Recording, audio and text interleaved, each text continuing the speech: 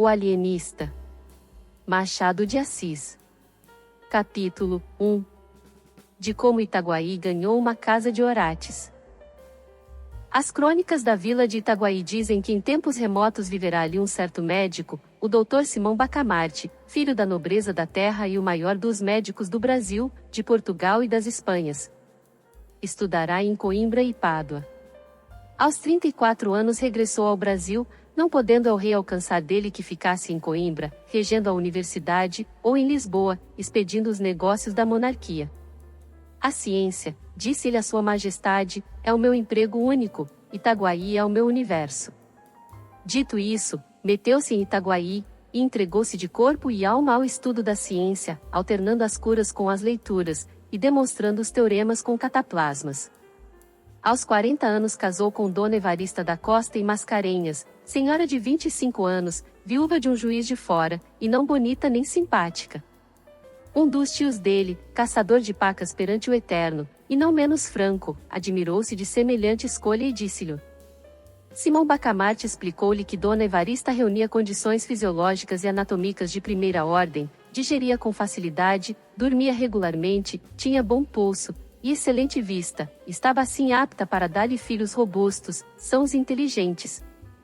Se além dessas prendas, únicas dignas da preocupação de um sábio, Dona Evarista era mal composta de feições, longe de lastimá-lo, agradecia-o a Deus, porquanto não corria o risco de preterir os interesses da ciência na contemplação exclusiva, miúda e vulgar da consorte.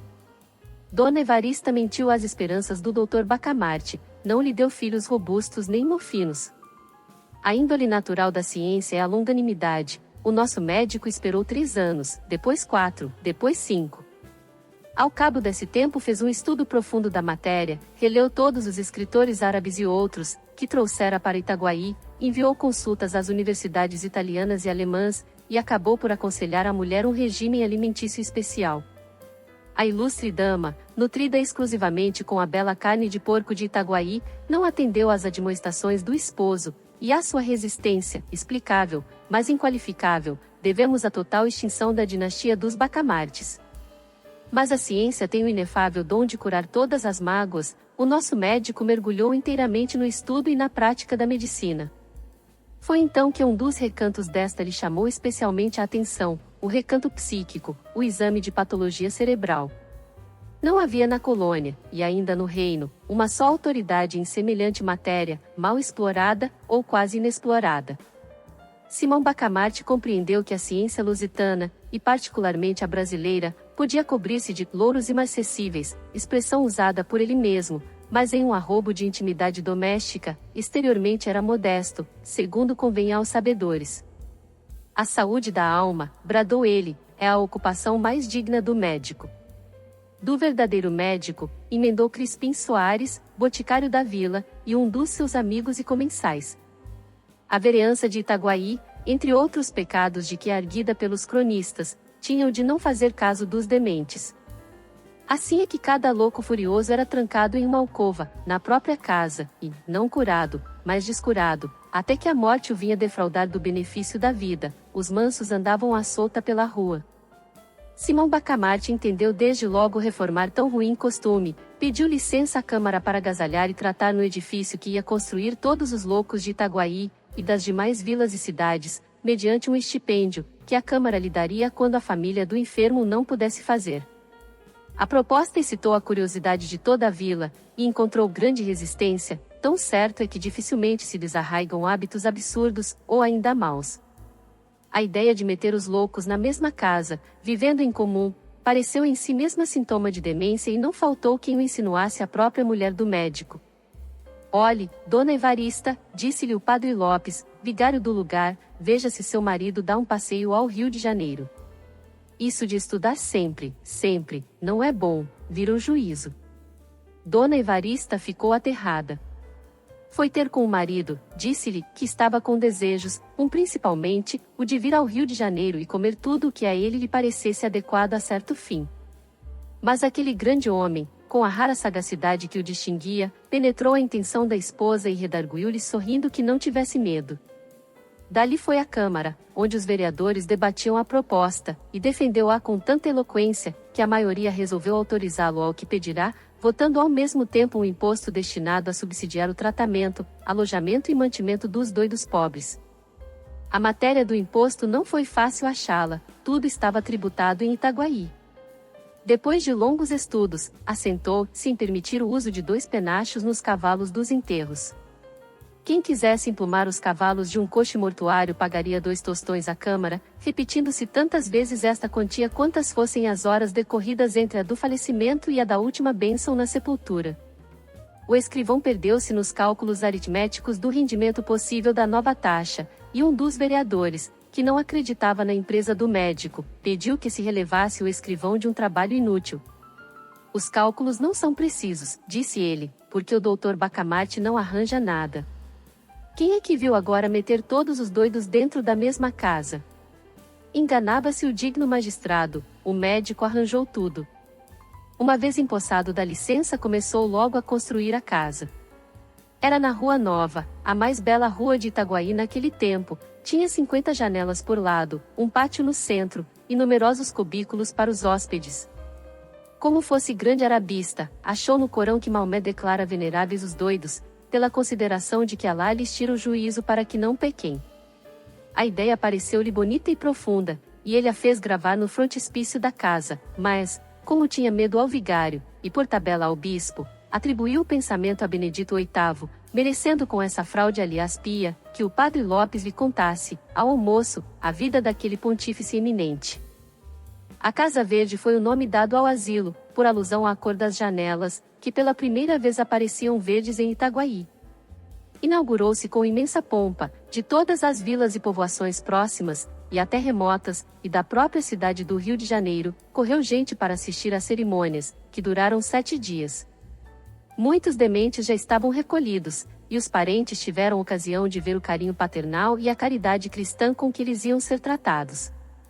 Dona Evarista, contentíssima com a glória do marido, vestiu-se luxuosamente, cobriu-se de joias, flores e sedas. Ela foi uma verdadeira rainha naqueles dias memoráveis, ninguém deixou de ir visitá-la 2 e 3 vezes, apesar dos costumes caseiros e recatados do século, e não só a cortejavam como a louvavam, porquanto, e este fato é um documento altamente ouro para a sociedade do tempo, porquanto viam nela a feliz esposa de um alto espírito, de um varão ilustre, e, se lhe tinham inveja, era a santa e nobre inveja dos admiradores. Ao cabo de 7 dias expiraram as festas públicas, Itaguaí tinha finalmente uma casa de orates. Capítulo 2 Torrentes de Loucos. 3 dias depois, numa expansão íntima com o boticário Crispim Soares, desvendou o alienista o mistério do seu coração. A caridade, Sr. Soares, entra de certo no meu procedimento, mas entra como tempero, como o sal das coisas, que é assim que interpreto o dito de São Paulo aos Coríntios: se eu conhecer quanto se pode saber, e não tiver caridade, não sou nada. O principal nesta minha obra da Casa Verde é estudar profundamente a loucura, os seus diversos graus, classificar-lhe os casos, descobrir enfim a causa do fenômeno e o remédio universal. Este é o mistério do meu coração. Creio que com isto presto um bom serviço à humanidade. Um excelente serviço, corrigiu o boticário. Sem este asilo, continuou o alienista, pouco poderia fazer, ele dá-me, porém, muito maior campo aos meus estudos. Muito maior, acrescentou o outro. E tinha razão. De todas as vilas e arraiais vizinhos afluíam loucos à Casa Verde.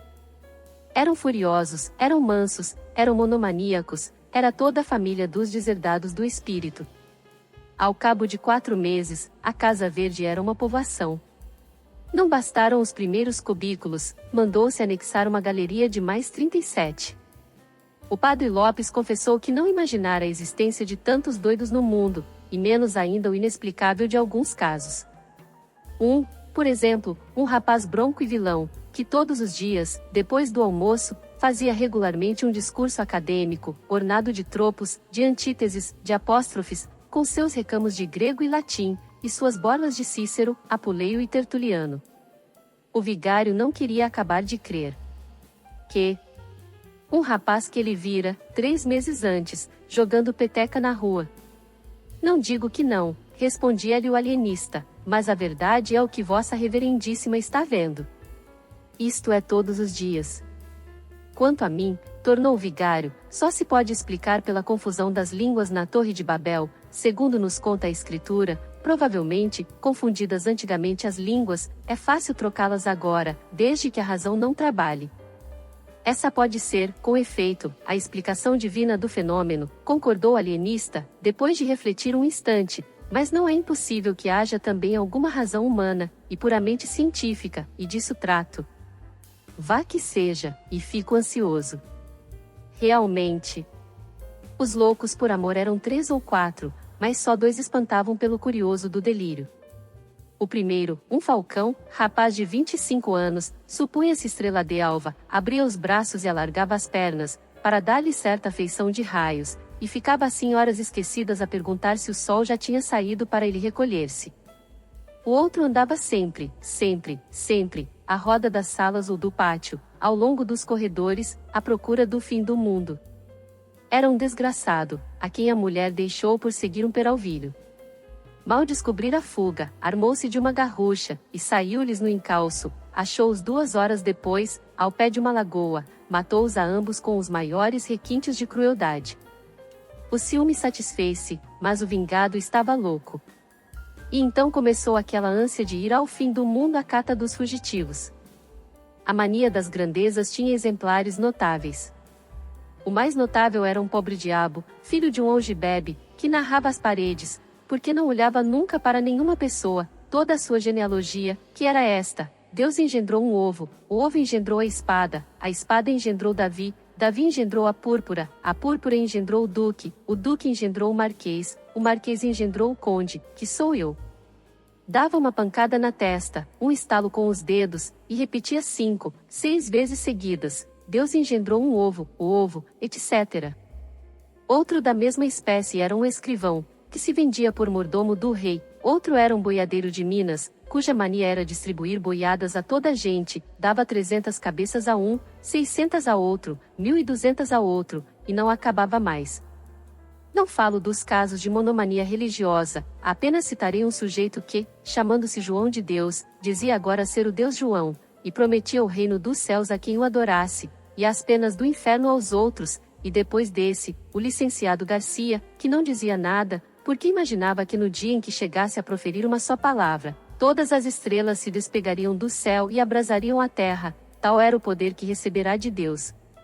Assim o escrevia ele no papel que o alienista lhe mandava dar, menos por caridade do que por interesse científico.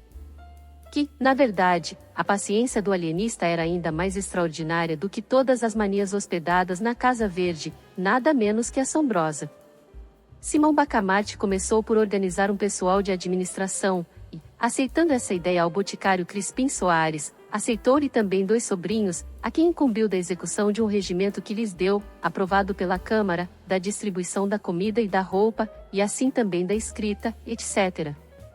Era o melhor que podia fazer, para somente cuidar do seu ofício. A Casa Verde, disse-lhe ao vigário, é agora uma espécie de mundo, em que há o governo temporal e o governo espiritual. E o padre Lopes ria deste pio trocado, e acrescentava, com o único fim de dizer também uma chalaça: deixe estar, que hei de mandá-lo denunciar ao Papa.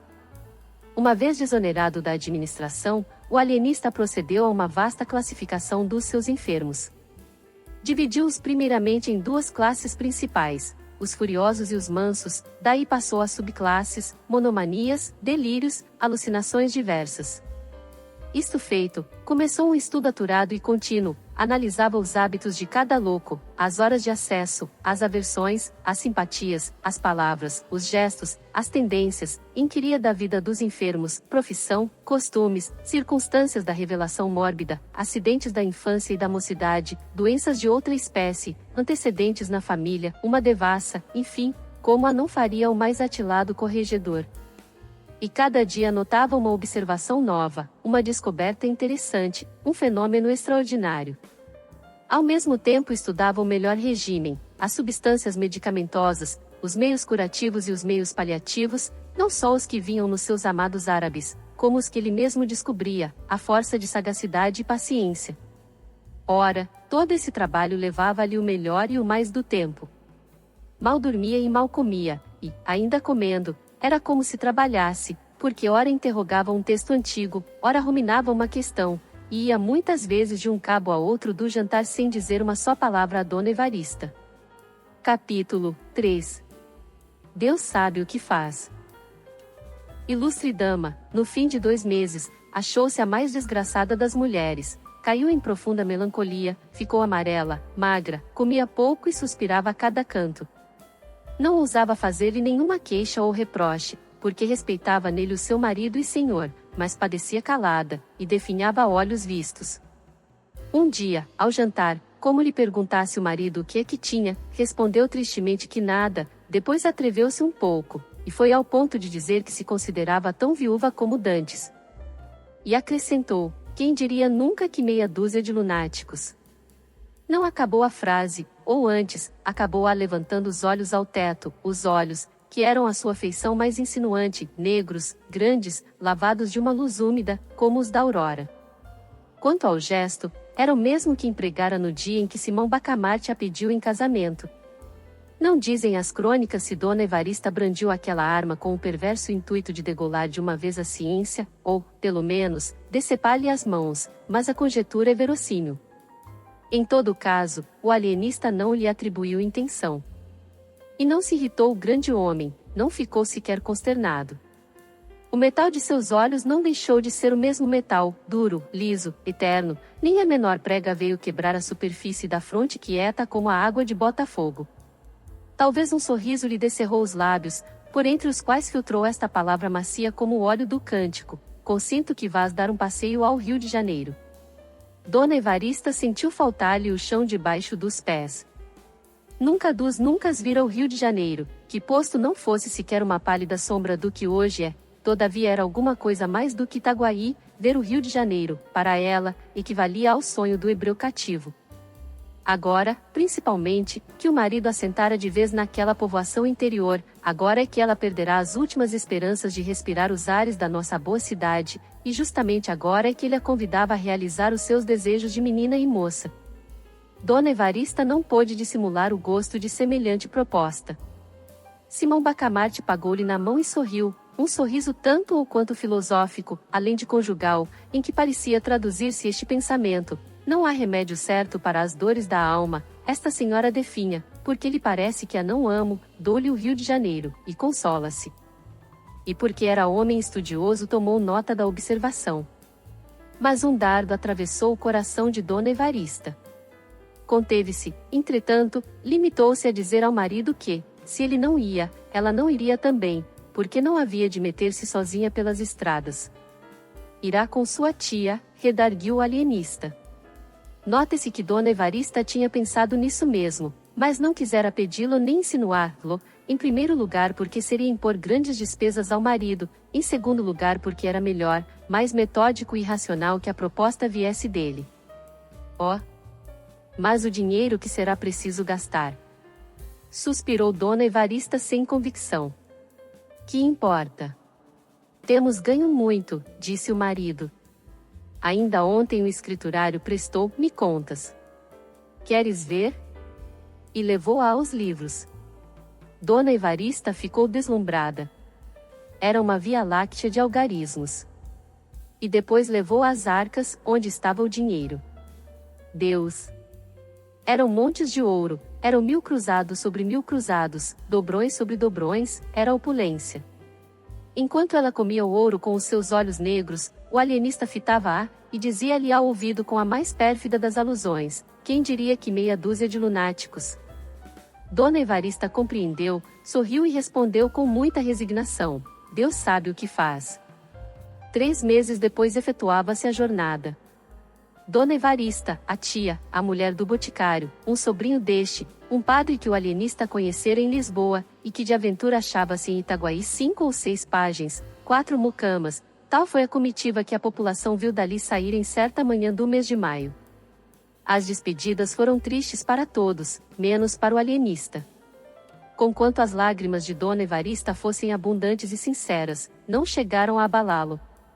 Homem de ciência, e só de ciência, nada o consternava fora da ciência, e se alguma coisa o preocupava naquela ocasião, se ele deixava correr pela multidão um olhar inquieto e policial, não era outra coisa mais do que a ideia de que algum demente podia achar-se ali misturado com agente de juízo.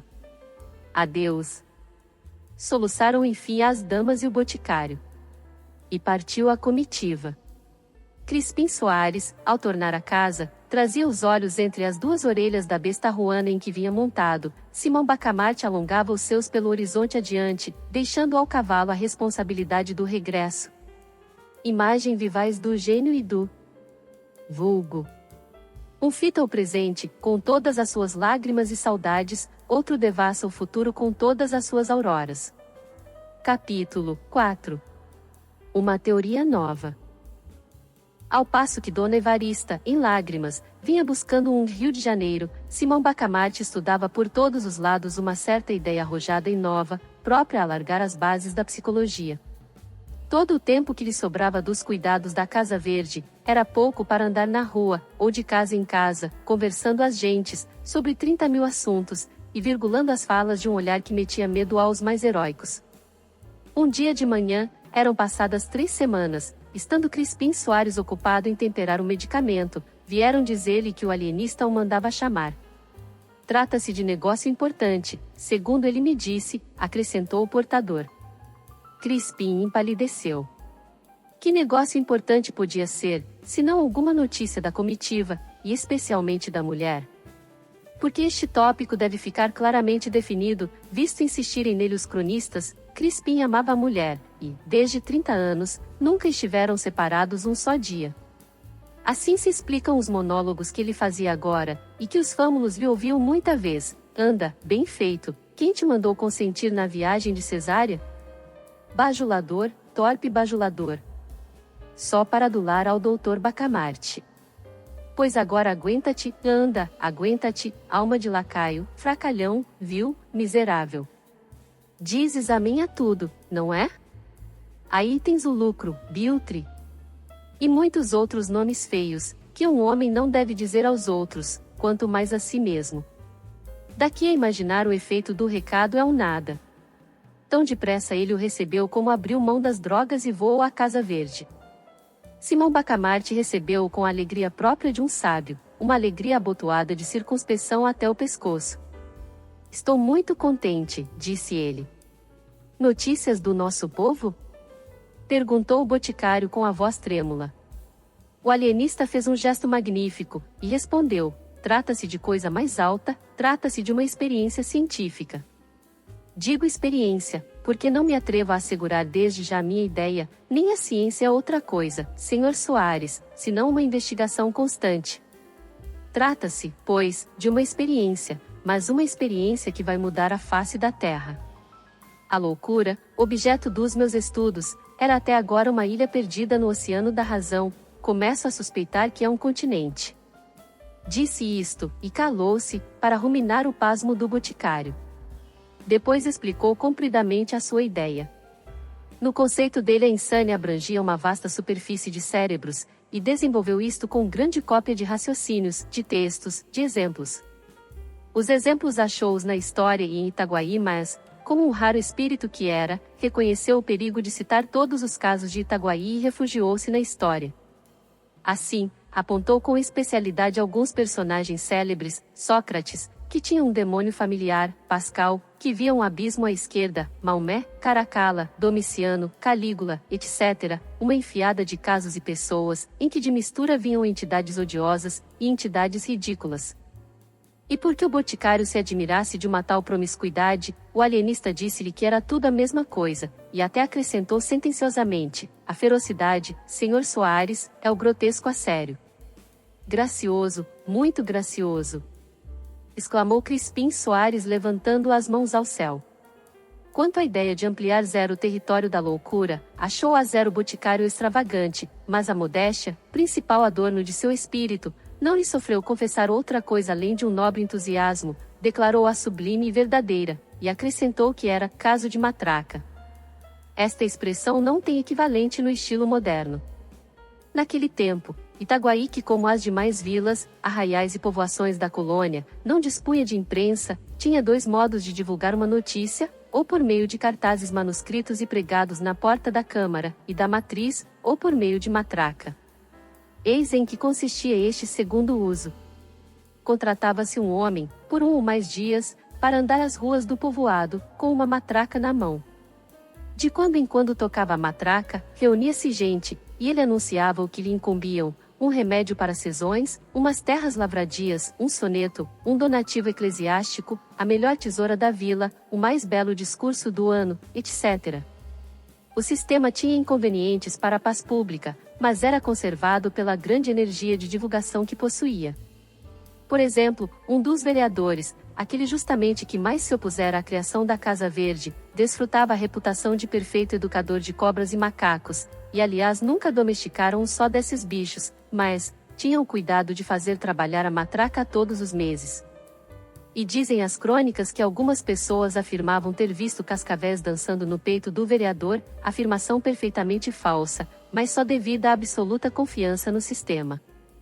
Verdade, verdade, nem todas as instituições do antigo regime mereciam o desprezo do nosso século. A melhor do que anunciar a minha ideia, é praticá-la, respondeu o alienista à insinuação do boticário.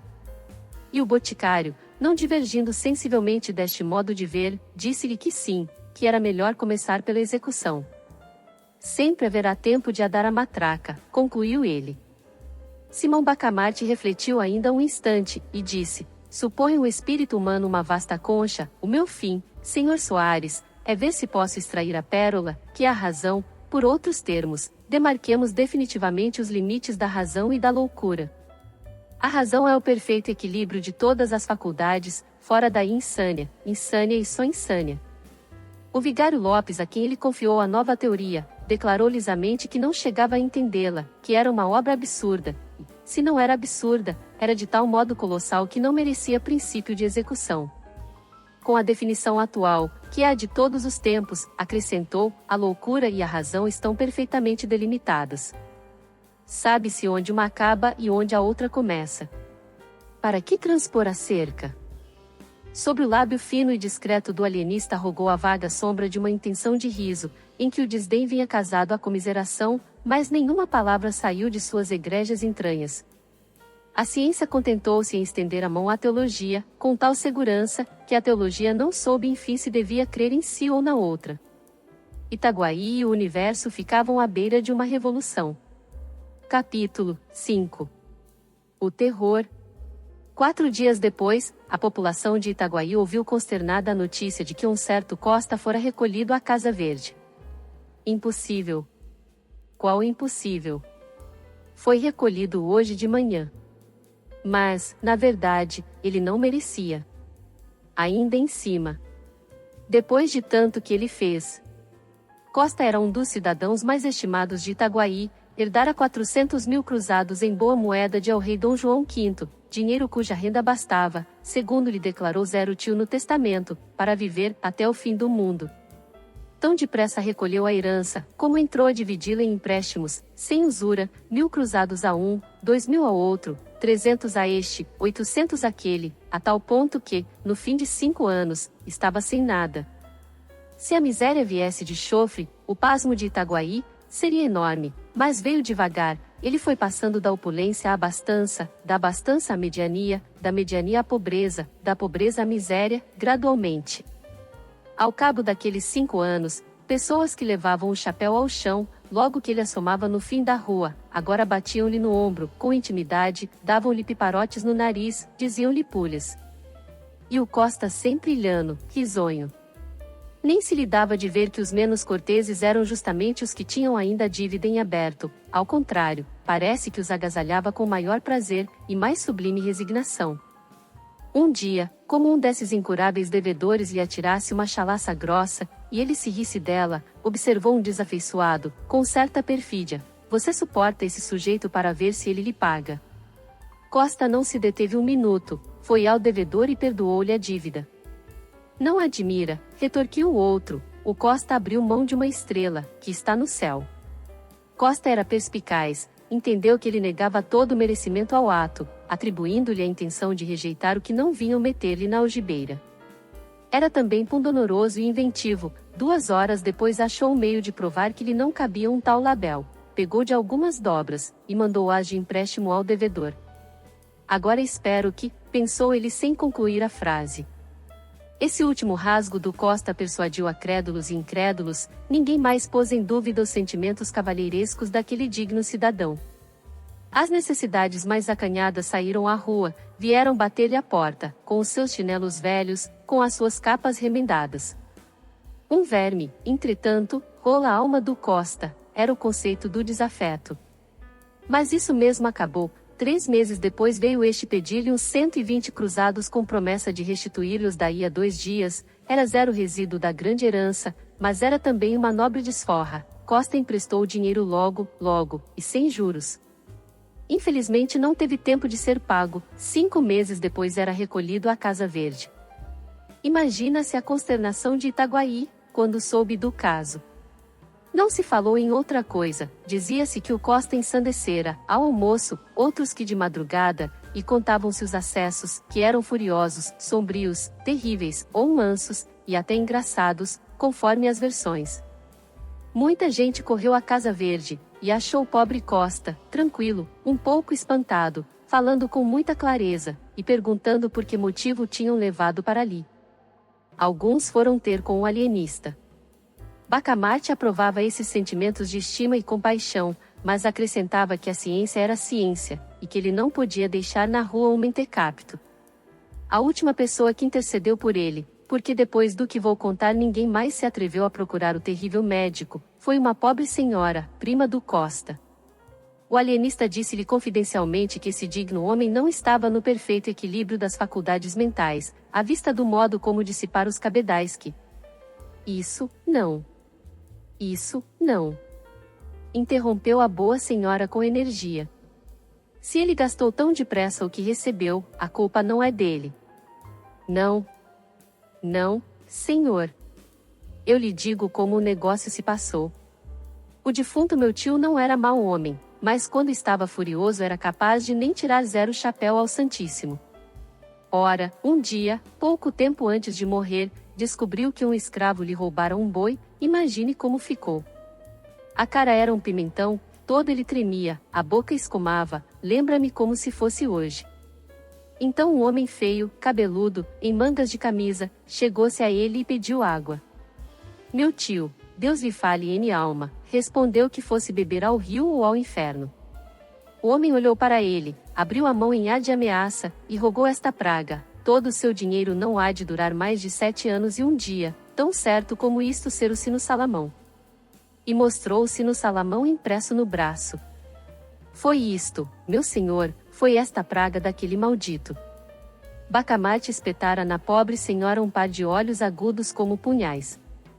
Quando ela acabou, estendeu-lhe a mão polidamente, como se o fizesse a própria esposa do vice-rei, e convidou-a a ir falar ao primo. A mísera acreditou, ele levou-a à Casa Verde e encerrou-a na galeria dos alucinados. A notícia desta aleivosia do ilustre Bacamarte lançou o terror à alma da população. Ninguém queria acabar de crer que, sem motivo, sem inimizade, o alienista trancasse na Casa Verde uma senhora perfeitamente ajuizada, que não tinha outro crime senão o de interceder por um infeliz. Comentava-se o caso nas esquinas, nos barbeiros, edificou-se um romance, umas finezas namoradas que o alienista outrora dirigira à prima do Costa, a indignação do Costa e o desprezo da prima. E daí a vingança. Era claro.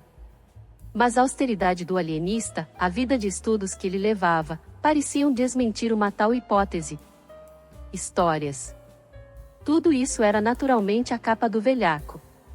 E um dos mais crédulos chegou a murmurar que sabia de outras coisas, não as dizia, por não ter certeza plena, mas sabia, quase que podia jurar.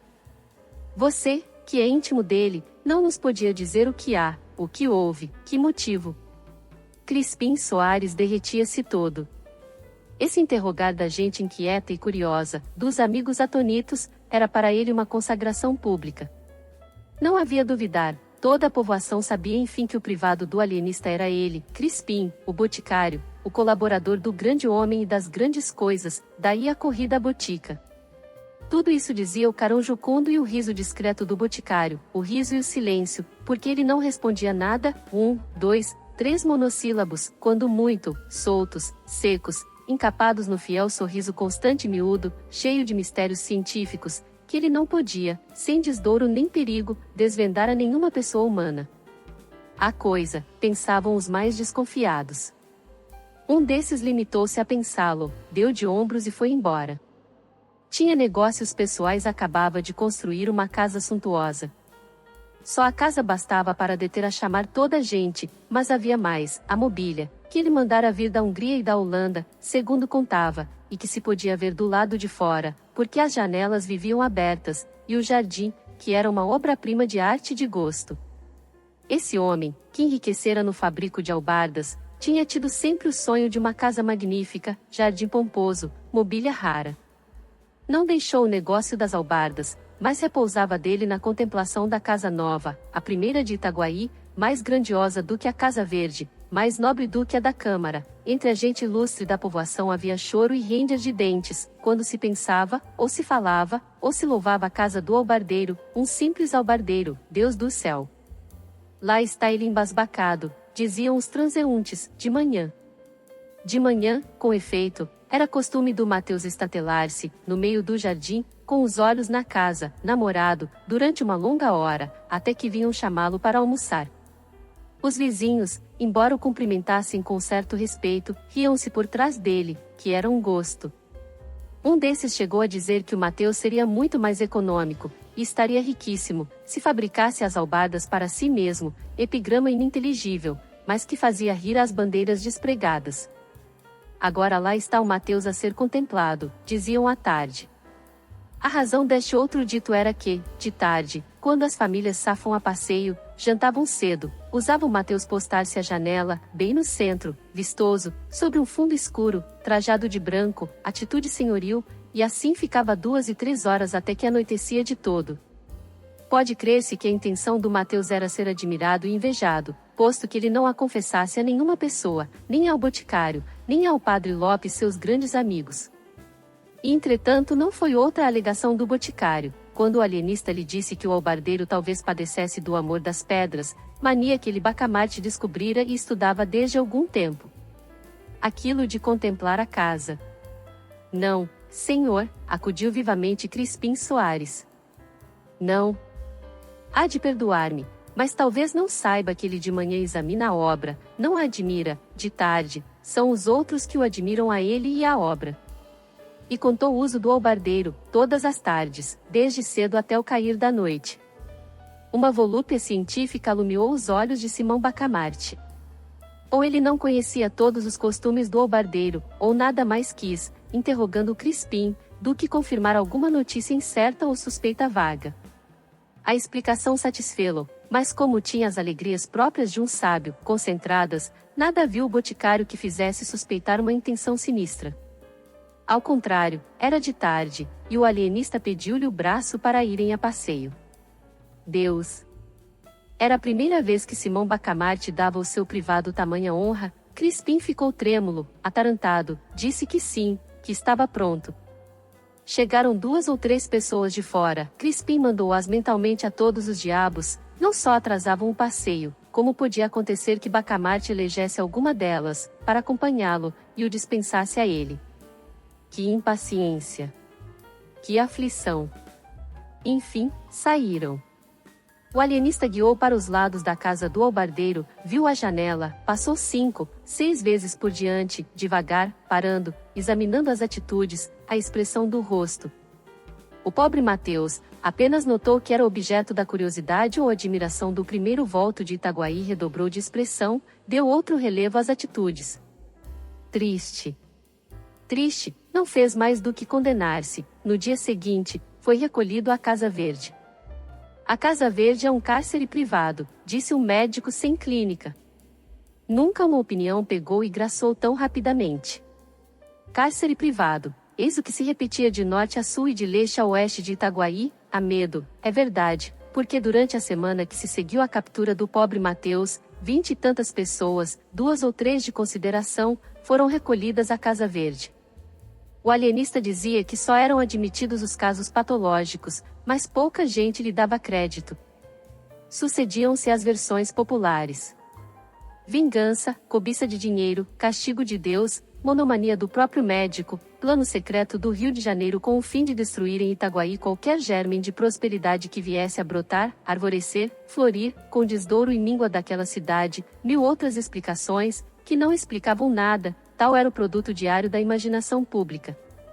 Nisto chegou do Rio de Janeiro a esposa do alienista, a tia, a mulher do Crispim Soares, e toda a mais comitiva, ou quase toda, e que algumas semanas antes partirá de Itaguaí. O alienista foi recebê-la, com o boticário, o padre Lopes, os vereadores e vários outros magistrados. O momento em que Dona Evarista pôs os olhos na pessoa do marido é considerado pelos cronistas do tempo como um dos mais sublimes da história moral dos homens, e isto pelo contraste das duas naturezas, ambas extremas, ambas egrégias. Dona Evarista soltou um grito, balbuciou uma palavra e atirou-se ao consorte de um gesto que não se pode melhor definir do que comparando a uma mistura de onça e rola. Não assim o ilustre Bacamarte, frio como diagnóstico, sem desengonçar por um instante a rigidez científica, estendeu os braços à dona que caiu neles e desmaiou. Curto incidente, ao cabo de 2 minutos Dona Evarista recebia os cumprimentos dos amigos e o préstito punha-se em marcha. Dona Evarista era a esperança de Itaguaí, contava-se com ela para minorar o flagelo da Casa Verde. Daí as aclamações públicas, a imensa gente que atulhava as ruas, as flâmulas, as flores e damascos às janelas. Com o braço apoiado no do padre Lopes, e porque o eminente confiara a mulher ao vigário e acompanhava-os a passo meditativo, e Dona Evarista voltava a cabeça a um lado e outro, curiosa, inquieta, petulante. O vigário indagava do Rio de Janeiro, que ele não vira desde o vice-reinado anterior, e Dona Evarista respondia entusiasmada que era a coisa mais bela que podia haver no mundo. O passeio público estava acabado, um paraíso onde ela fora muitas vezes, e a Rua das Belas Noites, o chafariz das marrecas. Ah! O chafariz das marrecas. Eram mesmo marrecas e feitas de metal e despejando água pela boca fora. Uma coisa galantíssima. O vigário dizia que sim, que o Rio de Janeiro devia estar agora muito mais bonito. Se já o era noutro tempo. Não admira, maior do que Itaguaí, e, demais, sede do governo. Mas não se pode dizer que Itaguaí fosse feio, tinha belas casas, a casa do Mateus, a Casa Verde. A propósito de Casa Verde, disse o padre Lopes escorregando habilmente para o assunto da ocasião, a senhora vem achá-la muito cheia de gente. Sim. É verdade. Lá está o Mateus. O albardeiro. O albardeiro, está o Costa, a prima do Costa, e fulano, e cicrano, e... Tudo isso doido? Ou quase doido, obtemperou o padre. Mas então? O vigário derreou os cantos da boca, à maneira de quem não sabe nada ou não quer dizer tudo, resposta vaga, que se não pode repetir a outra pessoa por falta de texto. Dona Evarista achou realmente extraordinário que toda aquela gente ensandecesse, um ou outro, vá, mas todos? Entretanto custava-lhe duvidar, o marido era um sábio, não recolheria ninguém à Casa Verde sem prova evidente de loucura. Sem dúvida, ia pontuando o vigário. 3 horas depois cerca de 50 convivas sentavam-se em volta da mesa de Simão Bacamarte, era o jantar das boas-vindas. Dona Evarista foi o assunto obrigado dos brindes, discursos, versos de toda a casta, metáforas, amplificações, apólogos. Ela era a esposa do novo Hipócrates, a musa da ciência, anjo, divina, aurora, caridade, vida, consolação, trazia nos olhos 2 estrelas segundo a versão modesta de Crispim Soares e 2 sóis no conceito de um vereador. O alienista ouvia essas coisas um tanto enfastiado, mas sem visível impaciência. Quando muito, dizia ao ouvido da mulher que a retórica permitia tais arrojos sem significação. Dona Evarista fazia esforços para aderir a esta opinião do marido, mas, ainda descontando 3/4 partes das louvaminhas, ficava muito com que enfunar-lhe a alma. Um dos oradores, por exemplo, Martim Brito, rapaz de 25 anos, pintalegrete acabado, curtido de namoros e aventuras, declamou um discurso em que o nascimento de Dona Evarista era explicado pelo mais singular dos reptos. Deus, disse ele, depois de dar o universo ao homem e à mulher, esse diamante e essa pérola da coroa divina, e o orador arrastava triunfalmente esta frase de uma ponta a outra da mesa, Deus quis vencer a Deus, e criou Dona Evarista. Dona Evarista baixou os olhos com exemplar modéstia. Duas senhoras, achando a cortesanice excessiva e audaciosa, interrogaram os olhos do dono da casa, e, na verdade, zero gesto do alienista pareceu-lhes nublado de suspeitas, de ameaças e provavelmente de sangue. O atrevimento foi grande, pensaram as duas damas. E uma e outra pediam a Deus que removesse qualquer episódio trágico, ou que o adiasse ao menos para o dia seguinte. Sim, que o adiasse. Uma delas, a mais piedosa, chegou a admitir consigo mesma que Dona Evarista não merecia nenhuma desconfiança, tão longe estava de ser atraente ou bonita. Uma simples água morna. Verdade é que, se todos os gostos fossem iguais, o que seria do amarelo? Esta ideia fê-la tremer outra vez, embora menos, porque o alienista sorria agora para o Martim Brito e, levantados todos, foi ter com ele e falou-lhe do discurso. Não lhe negou que era um improviso brilhante, cheio de rasgos magníficos. Seria dele mesmo a ideia relativa ao nascimento de Dona Evarista ou tê-la-ia encontrado em algum autor que? Não, senhor, era dele mesmo, achou-a naquela ocasião e pareceu-lhe adequada a um arrobo oratório. De resto, suas ideias eram antes arrojadas do que ternas ou jocosas. Dava para o épico. Uma vez, por exemplo, compôs uma ode à queda do Marquês de Pombal, em que dizia que esse ministro era o dragão aspérrimo do nada, esmagado pelas garras vingadoras do todo, e assim outras mais ou menos fora do comum, gostava das ideias sublimes e raras, das imagens grandes e nobres. Pobre moço! Pensou o alienista. E continuou consigo, trata-se de um caso de lesão cerebral, fenômeno sem gravidade, mas digno de estudo. Dona Evarista ficou estupefata quando soube, 3 dias depois, que o Martim Brito fora alojado na Casa Verde. Um moço que tinha ideias tão bonitas. As duas senhoras atribuíram o ato a ciúmes do alienista. Não podia ser outra coisa, realmente, a declaração do moço fora audaciosa demais. Ciúmes? Mas como explicar que, logo em seguida, fossem recolhidos José Borges do Couto Leme, pessoa estimável, o Chico das Cambraias, folgazão emérito, o escrivão Fabrício e ainda outros? O terror acentuou-se. Não se sabia já quem estava são, nem quem estava doido. As mulheres, quando os maridos safam, mandavam acender uma lamparina a Nossa Senhora, e nem todos os maridos eram valorosos, alguns não andavam fora sem 1 ou 2 capangas. Positivamente o terror. Quem podia emigrava. Um desses fugitivos chegou a ser preso a 200 passos da vila. Era um rapaz de 30 anos, amável, conversado, polido, tão polido que não cumprimentava alguém sem levar o chapéu ao chão. Na rua, acontecia-lhe correr uma distância de 10 a 20 braças para ir apertar a mão a um homem grave, a uma senhora, às vezes a um menino, como acontecerá ao filho do juiz de fora. Tinha a vocação das cortesias. De resto, devia às boas relações da sociedade, não só aos dotes pessoais, que eram raros, como a nobre tenacidade com que nunca desanimava diante de 1, 2, 4, 6 recusas, caras feias, etc.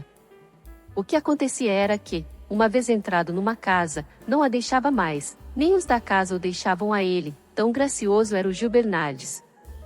Pois o Gil Bernardes, apesar de se saber estimado, teve medo quando lhe disseram um dia que o alienista o trazia de olho. Na madrugada seguinte fugiu da vila, mas foi logo apanhado e conduzido à Casa Verde. Devemos acabar com isto. Não pode continuar. Abaixo a tirania. Déspota. Violento. Golias. Não eram gritos na rua, eram suspiros em casa, mas não tardava a hora dos gritos. O terror crescia, avizinhava-se a rebelião. A ideia de uma petição ao governo, para que Simão Bacamarte fosse capturado e deportado, andou por algumas cabeças, antes que o barbeiro Porfírio a expendesse na loja com grandes gestos de indignação. Note-se, e essa é uma das laudas mais puras desta sombria história, e note-se que o Porfírio, desde que a Casa Verde começara a povoar-se tão extraordinariamente, viu crescerem-lhe os lucros pela aplicação assídua de sanguessugas que dali lhe pediam, mas o interesse particular, dizia ele, deve ceder ao interesse público. E acrescentava, é preciso derrubar o tirano. Note-se mais que ele soltou esse grito justamente no dia em que Simão Bacamarte fizera recolher à Casa Verde um homem que trazia com ele uma demanda, o coelho. Não me dirão em que é que o coelho é doido? Bradou Porfírio, e ninguém lhe respondia, todos repetiam que era um homem perfeitamente ajuizado. A mesma demanda que ele trazia com o barbeiro, acerca de uns chãos da vila, era filha da obscuridade de um alvará e não da cobiça ou ódio. Um excelente caráter o coelho. Os únicos desafeiçoados que tinha eram alguns sujeitos que, dizendo-se taciturnos ou alegando andar com pressa mal, viam de longe, dobravam as esquinas, entravam nas lojas, etc. Na verdade, ele amava a boa palestra, a palestra comprida, gostava de sorvos largos, e assim é que nunca estava só, preferindo os que sabiam dizer duas palavras, mas não desdenhando os outros. O padre Lopes, que cultivava o Dante, e era inimigo do coelho, nunca o via desligar-se de uma pessoa que não declamasse e emendasse este trecho. La boca solevo dal fiero pasto que é o seccatore. Mas uns sabiam do ódio do padre, e outros pensavam que isto era uma oração em latim. Capítulo 6. A rebelião. Cerca de 30 pessoas ligaram-se ao barbeiro, redigiram e levaram uma representação à Câmara. A Câmara recusou aceitá-la, declarando que a Casa Verde era uma instituição pública, e que a ciência não podia ser emendada por votação administrativa, menos ainda por movimentos de rua. Voltai ao trabalho, concluiu o presidente, é o conselho que vos damos. A irritação dos agitadores foi enorme. O barbeiro declarou que iam dali levantar a bandeira da rebelião e destruir a Casa Verde, que Itaguaí não podia continuar a servir de cadáver aos estudos e experiências de um déspota, que muitas pessoas estimáveis e algumas distintas, outras humildes mas dignas de apreço, jaziam nos cubículos da Casa Verde, que o despotismo científico do alienista complicava-se do espírito de ganância, visto que os loucos ou supostos tais não eram tratados de graça, as famílias e em falta delas a Câmara pagavam. Ao alienista. É falso. Interrompeu o presidente. Falso. Há cerca de 2 semanas recebemos um ofício do ilustre médico em que nos declara que, tratando de fazer experiências de alto valor psicológico, desiste do estipêndio votado pela Câmara, bem como nada receberá das famílias dos enfermos. A notícia deste ato tão nobre, tão puro, suspendeu um pouco a alma dos rebeldes. Seguramente o alienista podia estar em erro, mas nenhum interesse alheio à ciência o instigava, e para demonstrar o erro, era preciso alguma coisa mais do que arruaças e clamores. Isto disse o presidente, com aplauso de toda a Câmara. O barbeiro, depois de alguns instantes de concentração, declarou que estava investido de um mandato público e não restituiria a paz a Itaguaí antes de ver por terra a Casa Verde, essa bastilha da razão humana, expressão que ouvirá um poeta local e que ele repetiu com muita ênfase. Disse, e, a um sinal, todos saíram com ele. Imagine-se a situação dos vereadores, urgia obstar ao ajuntamento, à rebelião, à luta, ao sangue. Para acrescentar ao mal, um dos vereadores que apoiara o presidente, ouvindo agora a denominação dada pelo barbeiro à Casa Verde, Bastilha da Razão Humana, achou-a tão elegante que mudou de parecer. Disse que entendia de bom aviso decretar alguma medida que reduzisse a Casa Verde, e porque o presidente, indignado, manifestasse em termos enérgicos o seu pasmo, o vereador fez esta reflexão: nada tenho que ver com a ciência, mas, se tantos homens em quem supomos são reclusos por dementes, quem nos afirma que o alienado não é o alienista? Sebastião Freitas, o vereador dissidente, tinha o dom da palavra e falou ainda por algum tempo, com prudência mas com firmeza. Os colegas estavam atonitos. O presidente pediu-lhe que, ao menos, desse o exemplo da ordem e do respeito à lei, não aventasse as suas ideias na rua para não dar corpo e alma à rebelião, que era por ora um turbilhão de átomos dispersos. Esta figura corrigiu um pouco o efeito da outra. Sebastião Freitas prometeu suspender qualquer ação, reservando-se o direito de pedir pelos meios legais a redução da Casa Verde. E repetia consigo namorado, Bastilha da Razão Humana. Entretanto a arruaça crescia. Já não eram 30 mas 300 pessoas que acompanhavam o barbeiro, cuja alcunha familiar deve ser mencionada, porque ela deu nome à revolta, chamavam-lhe o Canjica e o movimento ficou célebre com o nome de Revolta dos Canjicas. A ação podia ser restrita e visto que muita gente, ou por medo, ou por hábitos de educação, não descia a rua, mas o sentimento era unânime, ou quase unânime, e os 300 que caminhavam para a Casa Verde, dada a diferença de Paris a Itaguaí, podiam ser comparados aos que tomaram a Bastilha. Dona Evarista teve notícia da rebelião antes que ela chegasse, veio dar-lhe a uma de suas crias. Ela provava nessa ocasião um vestido de seda, um dos 37 que trouxera do Rio de Janeiro, e não quis crer. Há de ser alguma patuscada, dizia ela, mudando a posição de um alfinete. Benedita, vê se a barra está boa. Está, sinhá, respondia a mucama de cócoras no chão, está boa. Sinhá vira um bocadinho. Assim. Está muito boa. Não é patuscada, não, senhora, eles estão gritando, morra o doutor Bacamarte. O tirano. Dizia o moleque assustado. Cala a boca, tolo. Benedita, olha aí do lado esquerdo, não parece que a costura está um pouco enviesada? A risca azul não segue até abaixo, está muito feio assim, é preciso descoser para ficar igualzinho e... Morra o doutor Bacamarte. Morra o tirano. Uivaram fora 300 vozes. Era a rebelião que desembocava na Rua Nova. Dona Evarista ficou sem pinga de sangue. No primeiro instante não deu um passo, não fez um gesto, o terror petrificou-a. A mucama correu instintivamente para a porta do fundo. Quanto ao moleque, a quem Dona Evarista não dera crédito, teve um instante de triunfo súbito, imperceptível, entranhado, de satisfação moral, ao ver que a realidade vinha jurar por ele. Morra o alienista! Bradavam as vozes mais perto. Dona Evarista, se não resistia facilmente às comoções de prazer, sabia entestar com os momentos de perigo. Não desmaiou, correu à sala interior onde o marido estudava. Quando ela ali entrou, precipitada, o ilustre médico escrutava um texto de Averroes, os olhos dele, empanados pela cogitação, subiam do livro ao reto e baixavam do reto ao livro, cegos para a realidade exterior, videntes para os profundos trabalhos mentais. Dona Evarista chamou pelo marido 2 vezes, sem que ele lhe desse atenção, a terceira, ouviu e perguntou-lhe o que tinha, se estava doente. Você não ouve estes gritos? Perguntou a digna esposa em lágrimas.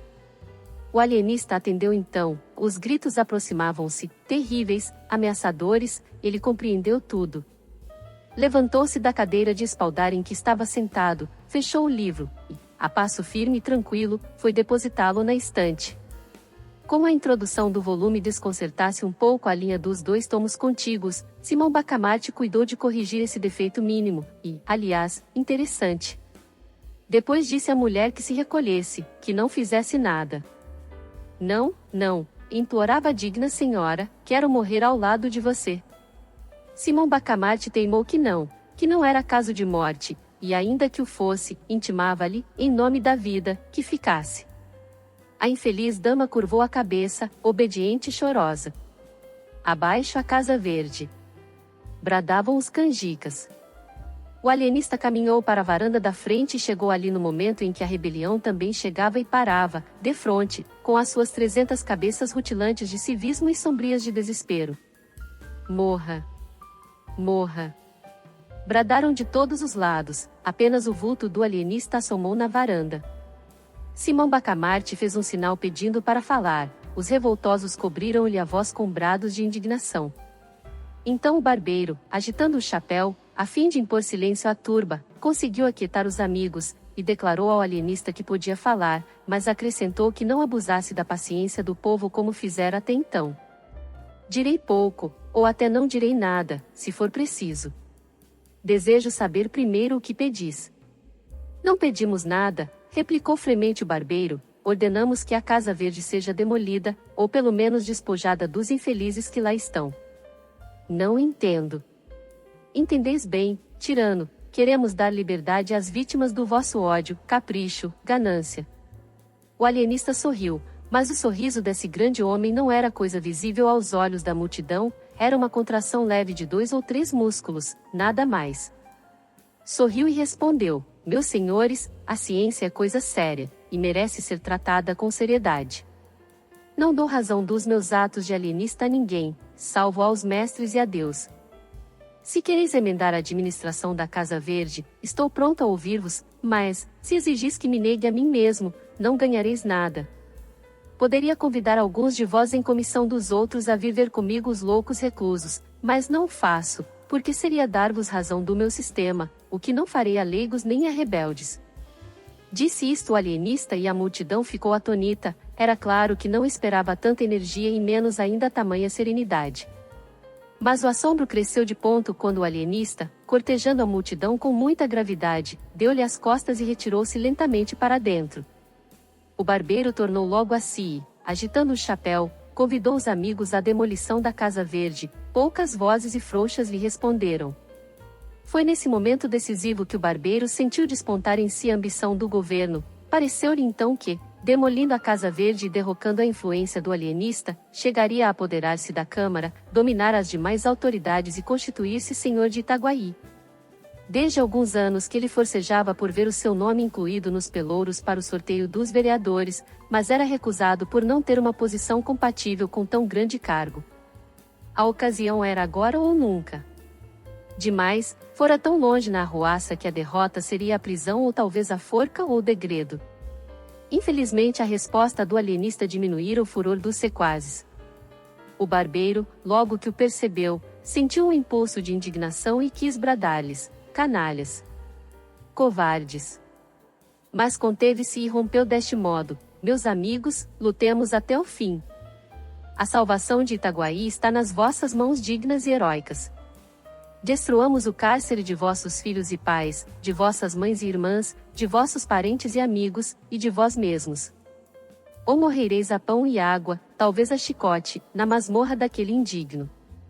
E a multidão agitou-se, murmurou, bradou, ameaçou, congregou-se toda em derredor do barbeiro.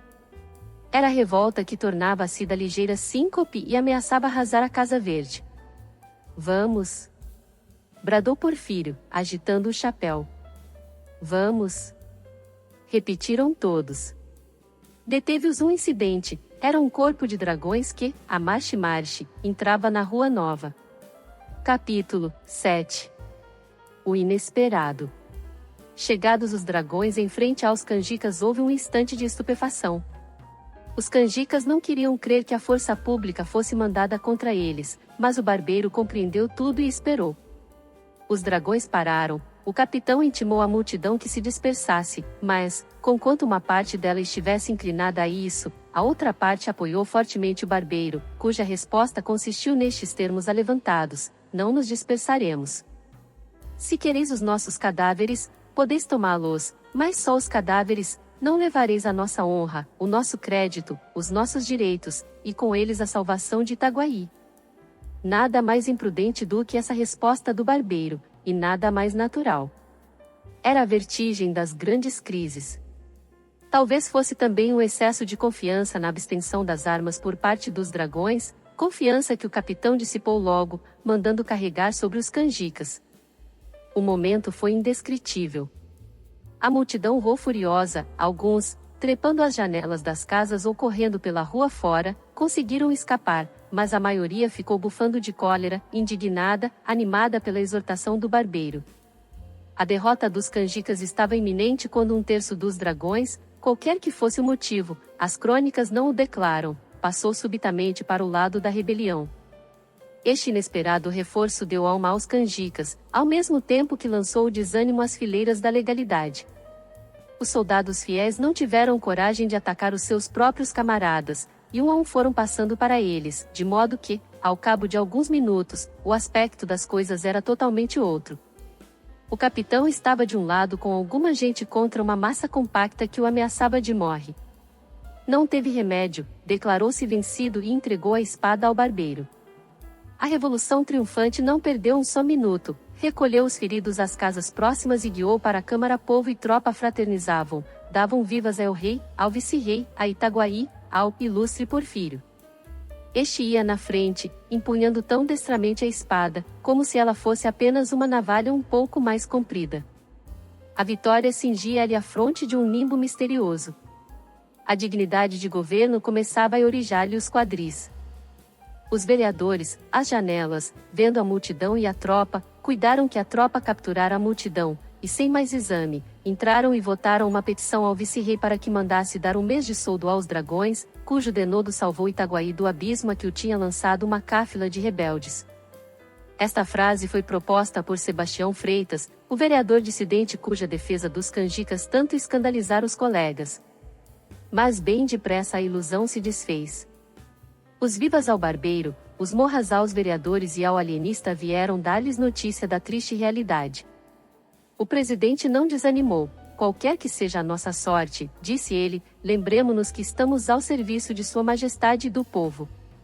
Sebastião insinuou que melhor se poderia servir a coroa e a vila saindo pelos fundos e indo conferenciar com o juiz de fora, mas toda a Câmara rejeitou esse alvitre. Daí a nada o barbeiro, acompanhado de alguns de seus tenentes, entrava na sala da vereança e intimava a Câmara a sua queda.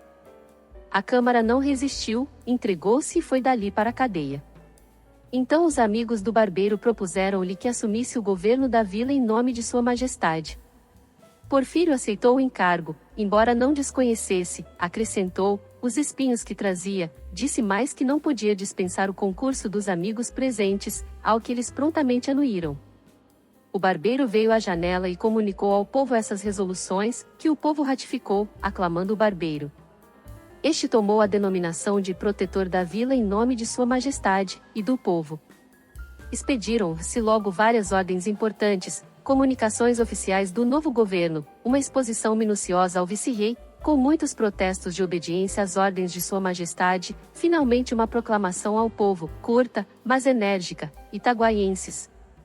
Uma Câmara corrupta e violenta conspirava contra os interesses de Sua Majestade e do povo. A opinião pública tinha-a condenado, um punhado de cidadãos, fortemente apoiados pelos bravos dragões de Sua Majestade, acaba de a dissolver ignominiosamente, e por unânime consenso da vila, foi-me confiado o mando supremo, até que Sua Majestade se sirva ordenar o que parecer melhor ao seu real serviço. Itaguaienses.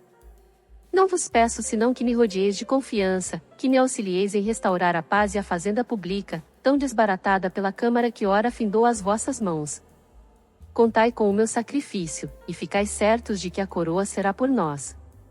O protetor da vila em nome de Sua Majestade e do povo Porfírio Caetano das Neves.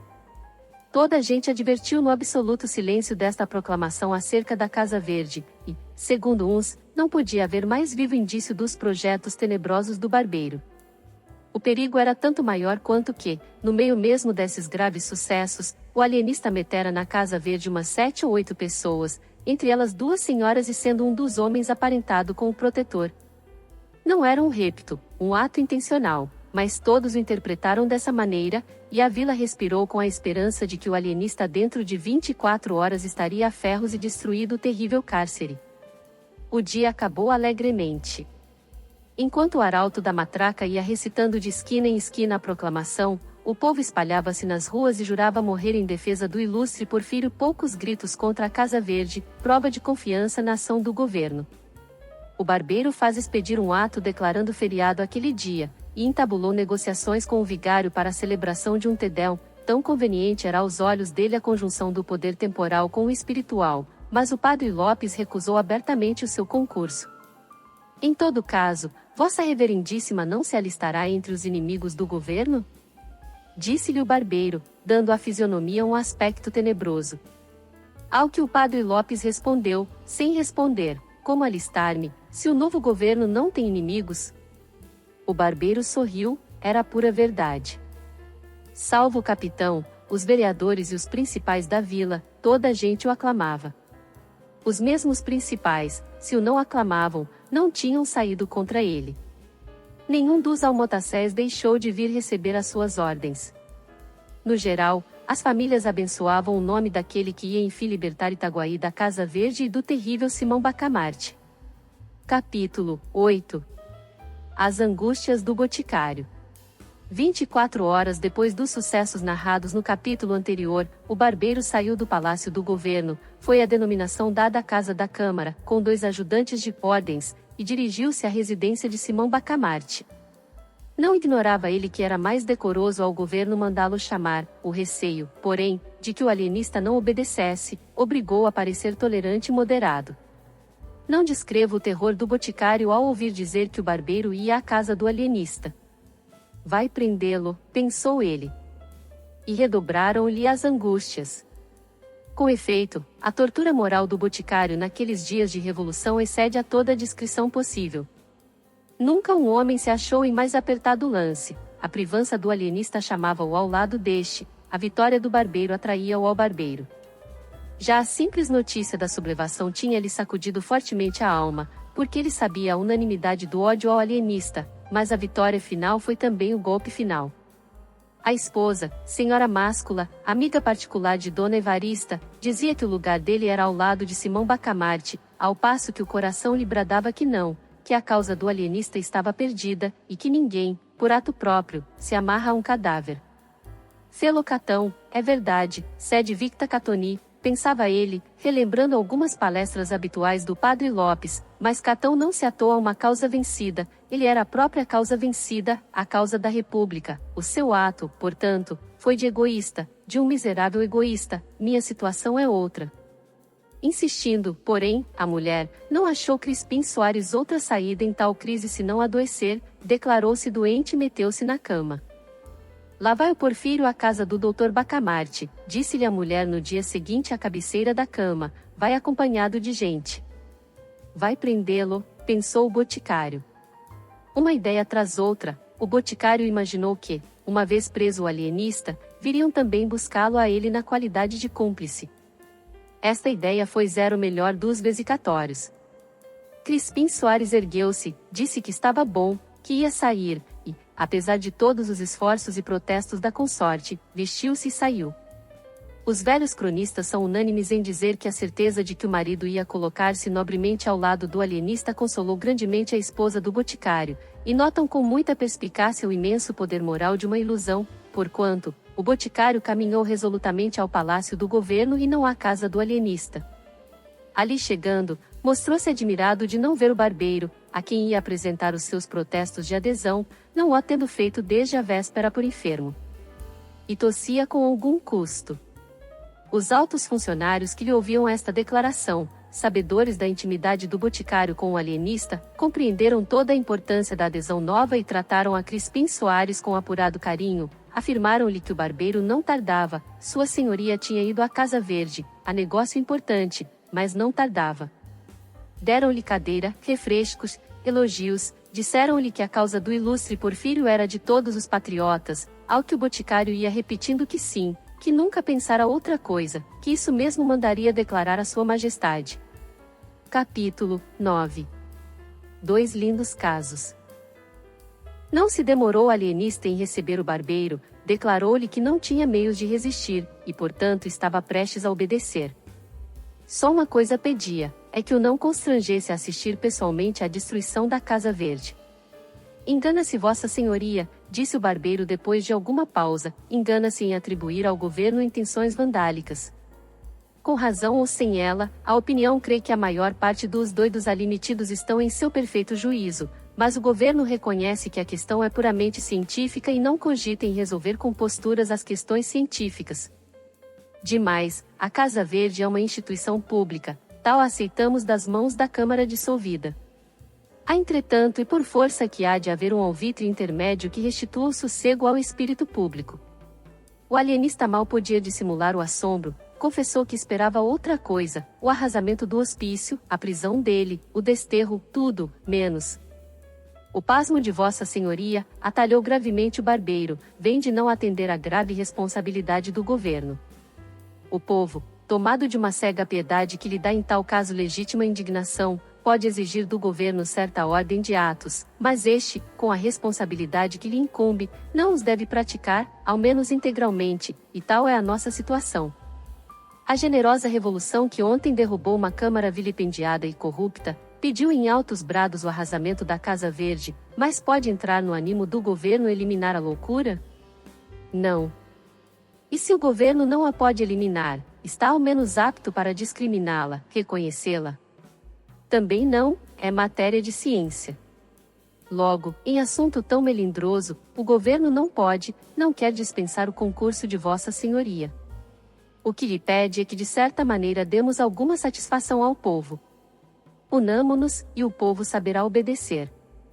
Um dos alvitres aceitáveis, se Vossa Senhoria não indicar outro, seria fazer retirar da Casa Verde aqueles enfermos que estiverem quase curados e bem assim os maníacos de pouca monta, etc. Desse modo, sem grande perigo, mostraremos alguma tolerância e benignidade. Quantos mortos e feridos houve ontem no conflito? Perguntou Simão Bacamarte depois de uns 3 minutos. O barbeiro ficou espantado da pergunta, mas respondeu logo que 11 mortos e 25 feridos. 11 mortos e 25 feridos. Repetiu 2 ou 3 vezes o alienista. E em seguida declarou que o alvitre lhe não parecia bom, mas que ele ia catar algum outro, e dentro de poucos dias lhe daria resposta. E fez-lhe várias perguntas acerca dos sucessos da véspera, ataque, defesa, adesão dos dragões, resistência da Câmara, etc., ao que o barbeiro ia respondendo com grande abundância, insistindo principalmente no descrédito em que a Câmara caíra. O barbeiro confessou que o novo governo não tinha ainda por si a confiança dos principais da vila, mas o alienista podia fazer muito nesse ponto. O governo, concluiu o barbeiro, folgaria se pudesse contar não já com a simpatia senão com a benevolência do mais alto espírito de Itaguaí e seguramente do reino. Mas nada disso alterava a nobre e austera fisionomia daquele grande homem que ouvia calado, sem desvanecimento nem modéstia, mas impassível como um deus de pedra. 11 mortos e 25 feridos, repetiu o alienista depois de acompanhar o barbeiro até a porta. Eis aí 2 lindos casos de doença cerebral. Os sintomas de duplicidade e descaramento deste barbeiro são positivos. Quanto à toleima dos que o aclamaram, não é preciso outra prova além dos 11 mortos e 25 feridos. 2 lindos casos. Viva o ilustre Porfírio! Bradaram umas 30 pessoas que aguardavam o barbeiro à porta. O alienista espiou pela janela e ainda ouviu este resto de uma pequena fala do barbeiro às 30 pessoas que o aclamavam, porque eu vê-lo, podeis estar certos disso, eu vê-lo pela execução das vontades do povo. Confiai em mim, e tudo se fará pela melhor maneira. Só vos recomendo ordem. E ordem, meus amigos, é a base do governo. Viva o ilustre Porfírio! Bradaram as 30 vozes, agitando os chapéus. 2 lindos casos. Murmurou o alienista. Capítulo 10. Restauração. Dentro de 5 dias, o alienista meteu na Casa Verde cerca de 50 aclamadores do novo governo. O povo indignou-se. O governo, atarantado, não sabia reagir. João Pina, outro barbeiro, dizia abertamente nas ruas que o Porfírio estava vendido ao ouro de Simão Bacamarte, frase que congregou em torno de João Pina a gente mais resoluta da vila. Porfírio, vendo o antigo rival da navalha à testa da insurreição, compreendeu que a sua perda era irremediável, se não desse um grande golpe, expediu 2 decretos, um abolindo a Casa Verde, outro desterrando o alienista. João Pina mostrou claramente com grandes frases que o ato de Porfírio era um simples aparato, um engodo, em que o povo não devia crer. 2 horas depois caía Porfírio. Ignominiosamente João Pina assumia a difícil tarefa do governo. Como achasse nas gavetas as minutas da proclamação, da exposição ao vice-rei e de outros atos inaugurais do governo anterior, deu-se pressa em os fazer copiar e expedir, acrescentam os cronistas, e aliás subentende-se, que ele lhes mudou os nomes, e onde o outro barbeiro falará de uma câmara corrupta, falou este de um intruso eivado das más doutrinas francesas e contrário aos sacrossantos interesses de sua majestade, etc. Nisto entrou na vila uma força mandada pelo vice-rei e restabeleceu a ordem. O alienista exigiu desde logo a entrega do barbeiro Porfírio e bem assim a de uns 50 e tantos indivíduos que declarou mentecaptos, e não só lhe deram esses como afiançaram entregar-lhe mais 19 sequazes do barbeiro, que convalesciam das feridas apanhadas na primeira rebelião. Este ponto da crise de Itaguaí marca também o grau máximo da influência de Simão Bacamarte. Tudo quanto quis, deu-se-lhe, e uma das mais vivas provas do poder do ilustre médico achamo-la na prontidão com que os vereadores, restituídos a seus lugares, consentiram em que Sebastião Freitas também fosse recolhido ao hospício. O alienista, sabendo da extraordinária inconsistência das opiniões desse vereador, entendeu que era um caso patológico, e pediu. A mesma coisa aconteceu ao boticário. O alienista, desde que lhe falaram da momentânea adesão de Crispim Soares à rebelião dos canjicas, comparou à aprovação que sempre receberá dele ainda na véspera, e mandou capturá-lo. Crispim Soares não negou o fato, mas explicou dizendo que cedera a um movimento de terror ao ver a rebelião triunfante, e deu como prova a ausência de nenhum outro aro seu, acrescentando que voltará logo à cama, doente. Simão Bacamarte não o contrariou, disse, porém, aos circunstantes que o terror também é pai da loucura, e que o caso de Crispim Soares lhe parecia dos mais caracterizados. Mas a prova mais evidente da influência de Simão Bacamarte foi a docilidade com que a Câmara lhe entregou o próprio presidente. Este digno magistrado tinha declarado, em plena sessão, que não se contentava, para lavá-la da afronta dos canjicas, com menos de 30 almudes de sangue, palavra que chegou aos ouvidos do alienista por boca do secretário da Câmara entusiasmado de tamanha energia. Simão Bacamarte começou por meter zero secretário na Casa Verde, e foi dali à Câmara a qual declarou que o presidente estava padecendo da demência dos touros, um gênero que ele pretendia estudar, com grande vantagem para os povos. A Câmara a princípio hesitou, mas acabou cedendo. Daí em diante foi uma coleta desenfreada. Um homem não podia dar nascença ou curso à mais simples mentira do mundo, ainda daquelas que aproveitam ao inventor ou divulgador, que não fosse logo metido na Casa Verde. Tudo era loucura. Os cultores de enigmas, os fabricantes de charadas, de anagramas, os maldizentes, os curiosos da vida alheia, os que põem todo o seu cuidado na tafularia, um ou outro almotacé enfunado, ninguém escapava aos emissários do alienista. Ele respeitava as namoradas e não poupava as namoradeiras, dizendo que as primeiras cediam a um impulso natural e as segundas a um vício. Se um homem era avaro ou pródigo, ia do mesmo modo para a Casa Verde, daí a alegação de que não havia regra para a completa sanidade mental. Alguns cronistas creem que Simão Bacamarte nem sempre procedia com lisura, e citam em abono da afirmação, que não sei se pode ser aceita, o fato de ter alcançado da Câmara uma postura autorizando o uso de um anel de prata no dedo polegar da mão esquerda, a toda pessoa que, sem outra prova documental ou tradicional, declarasse ter nas veias 2 ou 3 onças de sangue godo. Dizem esses cronistas que o fim secreto da insinuação à Câmara foi enriquecer um ourives amigo e compadre dele, mas, conquanto seja certo que o ourives viu prosperar o negócio depois da nova ordenação municipal, não é menos que essa postura deu à Casa Verde uma multidão de inquilinos, pelo que, não se pode definir, sem temeridade, o verdadeiro fim do ilustre médico. Quanto à razão determinativa da captura e aposentação na Casa Verde de todos quantos usaram do anel, é um dos pontos mais obscuros da história de Itaguaí. A opinião mais verossímil é que eles foram recolhidos por andarem a gesticular, à loa, nas ruas, em casa, na igreja. Ninguém ignora que os doidos gesticulam muito. Em todo caso, é uma simples conjetura, de positivo, nada há. Onde é que este homem vai parar? Diziam os principais da terra. Ah! Se nós tivéssemos apoiado os canjicas. Um dia de manhã e dia em que a Câmara devia dar um grande baile, a vila inteira ficou abalada com a notícia de que a própria esposa do alienista fora metida na Casa Verde. Ninguém acreditou, devia ser invenção de algum gaiato. E não era, era a verdade pura. Dona Evarista fora recolhida às 2 horas da noite. O padre Lopes correu ao alienista e interrogou discretamente acerca do fato. Já há algum tempo que eu desconfiava, disse gravemente o marido. A modéstia com que ela viverá em ambos os matrimônios não podia conciliar-se com o furor das sedas, veludos, rendas e pedras preciosas que manifestou logo que voltou do Rio de Janeiro. Desde então comecei a observá-la. Suas conversas eram todas sobre esses objetos. Se eu lhe falava das antigas cortes, inquiria logo da forma dos vestidos das damas. Se uma senhora visitava na minha ausência, antes de me dizer o objeto da visita, descrevia-me o trajo, aprovando umas coisas e censurando outras. Um dia, creio que Vossa Reverendíssima há de lembrar-se, propôs-se a fazer anualmente um vestido para a imagem de Nossa Senhora da Matriz. Tudo isto eram sintomas graves. Esta noite, porém, declarou-se a total demência.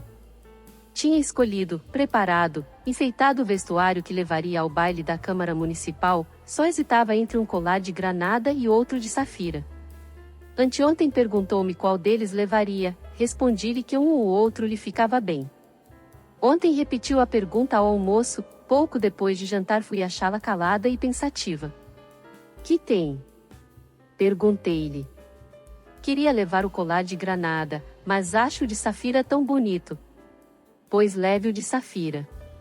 Ah! Mas onde fica o de granada? Enfim, passou a tarde sem novidade. Ceamos e deitamo-nos. Alta noite, seria 1h30, acordo e não a vejo, levanto-me, vou ao quarto de vestir, acho-a diante dos 2 colares, ensaiando-os ao espelho, ora um ora outro. Era evidente a demência, recolhi-a logo. O padre Lopes não se satisfez com a resposta, mas não objetou nada. O alienista, porém, percebeu e explicou-lhe que o caso de Dona Evarista era de mania santuária, não incurável e em todo caso digno de estudo. Conto pô-la boa dentro de 6 semanas, concluiu ele. E a abnegação do ilustre médico deu-lhe grande realce. Conjeturas, invenções, desconfianças, tudo caiu por terra desde que ele não duvidou recolher à Casa Verde a própria mulher, a quem amava com todas as forças da alma. Ninguém mais tinha o direito de resistir e menos ainda o de atribuir-lhe intuitos alheios à ciência. Era um grande homem austero, Hipócrates forrado de catão. Capítulo 11. O assombro de Itaguaí. E agora prepare-se o leitor para o mesmo assombro em que ficou a vila ao saber um dia que os loucos da Casa Verde iam todos ser postos na rua. Todos? Todos.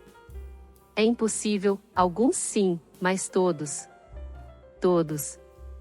Assim o disse-lhe no ofício que mandou hoje de manhã à Câmara. De fato o alienista oficiara à Câmara expondo, que verificara das estatísticas da vila e da Casa Verde que 4/5 da população estavam aposentados naquele estabelecimento, 2 graus que esta deslocação de população levará a examinar os fundamentos da sua teoria das moléstias cerebrais, teoria que excluía da razão todos os casos em que o equilíbrio das faculdades não fosse perfeito e absoluto, 3 graus que, desse exame do fato estatístico, resultara para ele a convicção de que a verdadeira doutrina não era aquela, mas a oposta, e portanto, que se devia admitir como normal e exemplar o desequilíbrio das faculdades e como hipóteses patológicas todos os casos em que aquele equilíbrio fosse ininterrupto. 4d que à vista disso declarava a Câmara que ia dar liberdade aos reclusos da Casa Verde e agasalhar nela as pessoas que se achassem nas condições agora expostas, 5 graus que, tratando de descobrir a verdade científica, não se pouparia esforços de toda a natureza, esperando da Câmara igual dedicação. 6º que restituía à Câmara e aos particulares a soma do estipêndio recebido para alojamento dos supostos loucos, descontada a parte efetivamente gasta com a alimentação, roupa, etc., o que a Câmara mandaria verificar nos livros e arcas da Casa Verde. O assombro de Itaguaí foi grande, não foi menor a alegria dos parentes e amigos dos reclusos. Jantares, danças, luminárias, músicas, tudo houve para celebrar tão fausto acontecimento. Não descrevo as festas por não interessarem ao nosso propósito, mas foram esplêndidas, tocantes e prolongadas. E vão assim as coisas humanas. No meio do regozijo produzido pelo ofício de Simão Bacamarte, ninguém advertia na frase final do quarto, uma frase cheia de experiências futuras. Capítulo 12. O final do quarto. Apagaram-se as luminárias, reconstituíram-se as famílias, tudo parecia reposto nos antigos eixos. Reinava a ordem, a Câmara exercia outra vez o governo sem nenhuma pressão externa, o presidente e o vereador Freitas tornaram aos seus lugares.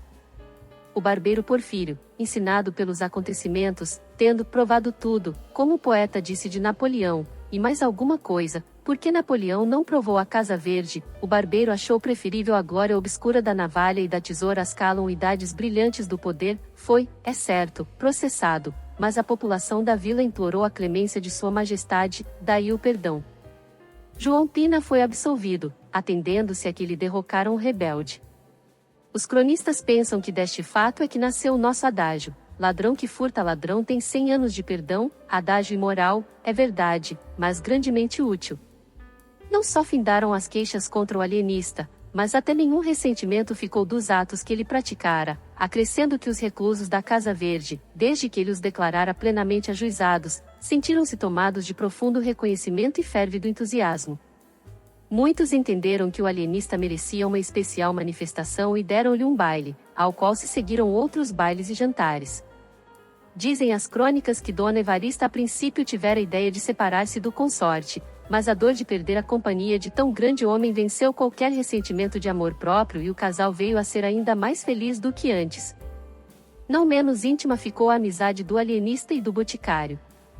Este concluiu do ofício de Simão Bacamarte que a prudência é a primeira das virtudes em tempos de revolução e apreciou muito a magnanimidade do alienista, que ao dar-lhe a liberdade estendeu-lhe a mão de amigo velho. É um grande homem, disse-lhe a mulher, referindo àquela circunstância. Não é preciso falar do Albardeiro, do Costa, do Coelho, do Martim Brito e outros especialmente nomeados neste escrito, basta dizer que puderam exercer livremente os seus hábitos anteriores. O próprio Martim Brito, recluso por um discurso em que louvara enfaticamente Dona Evarista, fez agora outro em honra do insigne médico e cujo altíssimo gênio, elevando as asas muito acima do sol, deixou abaixo de si todos os demais espíritos da terra. Agradeço as suas palavras, retorquiu-lhe o alienista, e ainda me não arrependo de o haver restituído à liberdade. Entretanto, a Câmara que responderá ao ofício de Simão Bacamarte com a ressalva de que oportunamente estatuiria em relação ao final do 4 graus, tratou enfim de legislar sobre ele. Foi adorada sem debate uma postura, autorizando o alienista a agasalhar na Casa Verde as pessoas que se achassem no gozo do perfeito equilíbrio das faculdades mentais. E porque a experiência da Câmara tivesse sido dolorosa, estabeleceu ela a cláusula de que a autorização era provisória, limitada a 1 ano, para o fim de ser experimentada a nova teoria psicológica, podendo a Câmara antes mesmo daquele prazo mandar fechar a Casa Verde, se a isso fosse aconselhada por motivos de ordem pública. O vereador Freitas propôs também a declaração de que, em nenhum caso, fossem os vereadores recolhidos ao asilo dos alienados, cláusula que foi aceita, votada e incluída na postura apesar das reclamações do vereador Galvão. O argumento principal deste magistrado é que a Câmara, legislando sobre uma experiência científica, não podia excluir as pessoas dos seus membros das consequências da lei, a exceção era odiosa e ridícula. Mal proferir estas 2 palavras, romperam os vereadores em altos brados contra a audácia e insensatez do colega, este, porém, ouviu-os e limitou-se a dizer que votava contra a exceção. A vereança, concluiu ele, não nos dá nenhum poder especial nem nos elimina do espírito humano. Simão Bacamarte aceitou a postura com todas as restrições. Quanto à exclusão dos vereadores, declarou que teria profundo sentimento se fosse compelido a recolhê-los à Casa Verde. A cláusula, porém, era a melhor prova de que eles não padeciam do perfeito equilíbrio das faculdades mentais. Não acontecia o mesmo ao vereador Galvão, cujo acerto na objeção feita, e cuja moderação na resposta dada às invectivas dos colegas mostravam da parte dele um cérebro bem organizado, pelo que rogava à Câmara que lhe entregasse. A Câmara, sentindo-se ainda agravada pelo proceder do vereador Galvão, estimou 0 o pedido do alienista e votou unanimemente a entrega. Compreende-se que, pela teoria nova, não bastava um fato ou um dito para recolher alguém à Casa Verde, era preciso um longo exame, um vasto inquérito do passado e do presente. O padre Lopes, por exemplo, só foi capturado 30 dias depois da postura, a mulher do boticário 40 dias. A reclusão desta senhora encheu o consorte de indignação. Crispim Soares saiu de casa espumando de cólera e declarando às pessoas a quem encontrava que ia arrancar as orelhas ao tirano. Um sujeito, adversário do alienista, ouvindo na rua essa notícia, esqueceu os motivos de dissidência, e correu à casa de Simão Bacamarte a participar-lhe o perigo que corria. Simão Bacamarte mostrou-se grato ao procedimento do adversário, e poucos minutos lhe bastaram para conhecer a retidão dos seus sentimentos, a boa-fé, o respeito humano, a generosidade, apertou-lhe muito as mãos, e recolheu-o à Casa Verde. Um caso destes é raro, disse-lhe a mulher pasmada. Agora esperemos o nosso Crispim. Crispim Soares entrou. A dor vencera a raiva, o boticário não arrancou as orelhas ao alienista. Este consolou seu privado, assegurando-lhe que não era caso perdido, talvez a mulher tivesse alguma lesão cerebral, ia examiná-la com muita atenção, mas antes disso não podia deixá-la na rua. E, parecendo-lhe vantajoso reuni-los, porque a astúcia e velhacaria do marido poderiam de certo modo curar a beleza moral que ele descobrira na esposa, disse Simão Bacamarte, o senhor trabalhará durante o dia na botica, mas almoçará e jantará com sua mulher, e cá passará as noites, e os domingos e dias santos. A proposta colocou o pobre boticário na situação do asno de Burida. Queria viver com a mulher, mas temia voltar à Casa Verde, e nessa luta esteve algum tempo, até que Dona Evarista o tirou da dificuldade, prometendo que se incumbiria de ver a amiga e transmitiria os recados de um para outro. Crispim Soares beijou-lhe as mãos agradecido. Este último rasgo de egoísmo pusilânime pareceu sublime ao alienista.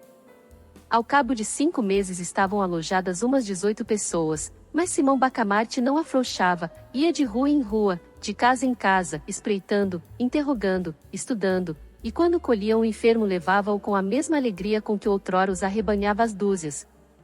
Essa mesma desproporção confirmava a teoria nova, achará-se enfim a verdadeira patologia cerebral. Um dia conseguiu meter na Casa Verde o Juiz de Fora, mas procedia com tanto escrúpulo que o não fez senão depois de estudar minuciosamente todos os seus atos e interrogar os principais da vila. Mais de uma vez esteve prestes a recolher pessoas perfeitamente desequilibradas, foi o que se deu com um advogado, em quem reconheceu um tal conjunto de qualidades morais e mentais que era perigoso deixá-lo na rua. Mandou prendê-lo, mas o agente, desconfiado, pediu-lhe para fazer uma experiência, foi ter com um compadre, demandado por um testamento falso, e deu-lhe de conselho que tomasse por advogado Salustiano, era o nome da pessoa em questão. Então parece-lhe. Sem dúvida, vá, confesse tudo, a verdade inteira, seja qual for, e confie-lhe a causa. O homem foi ter com o advogado, confessou ter falsificado o testamento e acabou pedindo que lhe tomasse a causa. Não se negou o advogado, estudou os papéis, arrazoou longamente, e provou a todas as luzes que o testamento era mais que verdadeiro. A inocência do réu foi solenemente proclamada pelo juiz e a herança passou-lhe às mãos. O distinto jurisconsulto deveu a esta experiência a liberdade. Mas nada escapa a um espírito original e penetrante. Simão Bacamarte, que desde algum tempo notava o zelo, a sagacidade, a paciência, a moderação daquele agente, reconheceu a habilidade e o tino com que ele levará a cabo uma experiência tão melindrosa e complicada, e determinou recolhê-lo imediatamente à Casa Verde, deu-lhe todavia um dos melhores cubículos. Os alienados foram alojados por classes. Fez-se uma galeria de modestos, isto é, os loucos em quem predominava esta perfeição moral, outra de tolerantes, outra de verídicos, outra de símplices, outra de leais, outra de magnânimos, outra de sagazes, outra de sinceros, etc. Naturalmente as famílias e os amigos dos reclusos bradavam contra a teoria, e alguns tentaram compelir a Câmara a caçar a licença. A Câmara, porém, não esquecera a linguagem do vereador Galvão, e, se caçasse a licença, vê-lo-ia na rua e restituído ao lugar, pelo que, recusou. Simão Bacamarte oficiou aos vereadores, não agradecendo, mas felicitando-os por esse ato de vingança pessoal. Desenganados da legalidade, alguns principais da vila recorreram secretamente ao barbeiro Porfírio e afiançaram-lhe todo o apoio de gente, de dinheiro e influência na corte, se ele se pusesse à testa de outro movimento contra a Câmara e o alienista. O barbeiro respondeu-lhes que não, que a ambição o levará da primeira vez a transgredir as leis, mas que ele se emendara, reconhecendo o erro próprio e a pouca consistência da opinião dos seus mesmos sequazes, que a Câmara entenderá autorizar a nova experiência do alienista, por 1 ano, cumpria, ou esperar o fim do prazo, ou requerer ao vice-rei, caso a mesma Câmara rejeitasse o pedido. Jamais aconselharia o emprego de um recurso que ele viu falhar em suas mãos e isso a troco de mortes e ferimentos que seriam o seu eterno remorso. O que é que me está dizendo? Perguntou o alienista quando um agente secreto lhe contou a conversação do barbeiro com os principais da vila. 2 dias depois o barbeiro era recolhido à Casa Verde. Preso por ter cão, preso por não ter cão. Exclamou o infeliz. Chegou o fim do prazo, a Câmara autorizou um prazo suplementar de 6 meses para ensaio dos meios terapêuticos. O desfecho deste episódio da crônica itaguaiense é de tal ordem e tão inesperado, que merecia nada menos de 10 capítulos de exposição, mas contento-me com um, que será o remate da narrativa, e um dos mais belos exemplos de convicção científica e abnegação humana. Capítulo 13. Plus Ultra. Era a vez da terapêutica. Simão Bacamarte, ativo e sagaz em descobrir enfermos, excedeu-se ainda na diligência e penetração com que principiou a tratá-los. Neste ponto todos os cronistas estão de pleno acordo. O ilustre alienista faz curas pasmosas, que excitaram a mais viva admiração em Itaguaí. Com efeito, era difícil imaginar mais racional sistema terapêutico. Estando os loucos divididos por classes, segundo a perfeição moral que em cada um deles excedia as outras, Simão Bacamarte cuidou em atacar de frente a qualidade predominante. Suponhamos um modesto. Ele aplicava a medicação que pudesse incutir-lhe o sentimento oposto, e não ia logo às doses máximas, graduava-as, conforme o estado, a idade, o temperamento, a posição social do enfermo. Às vezes bastava uma casaca, uma fita, uma cabeleira, uma bengala, para restituir a razão ao alienado. Em outros casos a moléstia era mais rebelde, recorria então aos anéis de brilhantes, às distinções honoríficas, etc. Houve um doente poeta que resistiu a tudo. Simão Bacamarte começava a desesperar da cura, quando teve a ideia de mandar correr matraca para o fim de o apregoar como um rival de Garção e de Píndaro. Foi um santo remédio, contava a mãe do infeliz a uma comadre, foi um santo remédio. Outro doente, também modesto, opôs a mesma rebeldia à medicação, mas, não sendo escritor, mal sabia assinar o nome, não se lhe podia aplicar o remédio da matraca. Simão Bacamarte lembrou-se de pedir para ele o lugar de secretário da Academia dos Encobertos, estabelecida em Itaguaí. Os lugares de presidente e secretários eram de nomeação régia, por especial graça do finado rei Dom João V, e implicavam o tratamento de excelência e o uso de uma placa de ouro no chapéu. O governo de Lisboa recusou o diploma, mas, representando o alienista que o não pedia como prêmio honorífico ou distinção legítima, e somente como um meio terapêutico para um caso difícil, o governo cedeu excepcionalmente à súplica, e ainda assim não faz sem extraordinário esforço do ministro da Marinha e Ultramar, que vinha a ser primo do alienado. Foi outro santo remédio. Realmente, é admirável. Dizia-se nas ruas, ao ver a expressão sadia e enfunada dos dois ex-dementes. Tal era o sistema. Imagina-se o resto. Cada beleza moral ou mental era atacada no ponto em que a perfeição parecia mais sólida, e o efeito era certo. Nem sempre era certo. Casos houve em que a qualidade predominante resistia a tudo, então o alienista atacava outra parte, aplicando à terapêutica o método da estratégia militar, que toma uma fortaleza por um ponto, se por outro não pode conseguir. No fim de 5 meses e meio estava vazia a Casa Verde, todos curados. O vereador Galvão, tão cruelmente afligido de moderação e equidade, teve a felicidade de perder um tio, digo felicidade, porque o tio deixou um testamento ambíguo, e ele obteve uma boa interpretação corrompendo os juízes e embaçando os outros herdeiros. A sinceridade do alienista manifestou-se nesse lance, confessou ingenuamente que não teve parte na cura, foi a simples vis medicatrix da natureza. Não aconteceu o mesmo com o padre Lopes. Sabendo o alienista que ele ignorava perfeitamente o hebraico e o grego, incumbiu de fazer uma análise crítica da versão dos 70, o padre aceitou a incumbência, e em boa hora o fez, ao cabo de 2 meses possuía um livro e a liberdade. Quanto à senhora do Boticário, não ficou muito tempo na célula que lhe coube, e onde aliás lhe não faltaram carinhos. Por que é que o Crispim não vem visitar-me? Dizia ela todos os dias. Respondiam-lhe ora uma coisa, ora outra, afinal disseram-lhe a verdade inteira. A digna matrona não pôde conter a indignação e a vergonha. Nas explosões da cólera escaparam-lhe expressões soltas e vagas, como estas: tratante, velhaco, ingrato.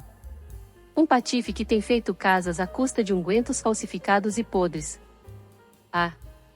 Tratante.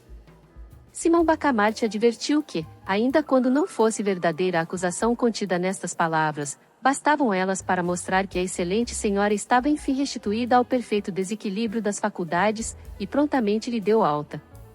Agora, se imaginais que o alienista ficou radiante ao ver sair o último hóspede da Casa Verde, mostrais com isso que ainda não conheceis o nosso homem. Plus ultra. Era a sua divisa. Não lhe bastava ter descoberto a teoria verdadeira da loucura, não o contentava ter estabelecido em Itaguaí o reinado da razão. Plus ultra. Não ficou alegre, ficou preocupado, cogitativo, alguma coisa lhe dizia que a teoria nova tinha, em si mesma, outra e novíssima teoria. Vejamos, pensava ele, vejamos se chego enfim à última verdade. Dizia isto, passeando ao longo da vasta sala, onde fulgurava a mais rica biblioteca dos domínios ultramarinos de Sua Majestade. Um amplo chambre de damasco, preso à cintura por um cordão de seda, com borlas de ouro, presente de uma universidade, envolvia o corpo majestoso e austero do ilustre alienista. A cabeleira cobria-lhe uma extensa e nobre calva adquirida nas cogitações cotidianas da ciência. Os pés, não delgados e femininos, não graúdos e mariolas, mas proporcionados ao vulto, eram resguardados por um par de sapatos cujas fivelas não passavam de simples e modesto latão. Vede a diferença, só se lhe notava luxo naquilo que era de origem científica, o que propriamente vinha dele trazia a cor da moderação e da singeleza, virtudes tão ajustadas à pessoa de um sábio. Era assim que ele ia, o grande alienista, de um cabo a outro da vasta biblioteca, metido em si mesmo, estranho a todas as coisas que não fosse o tenebroso problema da patologia cerebral. Súbito, parou. Em pé, diante de uma janela, com o cotovelo esquerdo apoiado na mão direita, aberta, e o queixo na mão esquerda, fechada, perguntou ele a si, mas deveras estariam eles doidos, e foram curados por mim, ou o que pareceu cura não foi mais do que a descoberta do perfeito desequilíbrio do cérebro. E cavando por aí abaixo, eis o resultado a que chegou. Os cérebros bem organizados que ele acabava de curar, eram desequilibrados como os outros.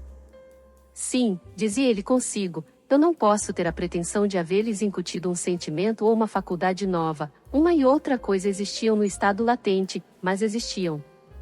Chegado a esta conclusão, o ilustre alienista teve duas sensações contrárias, uma de gozo, outra de abatimento.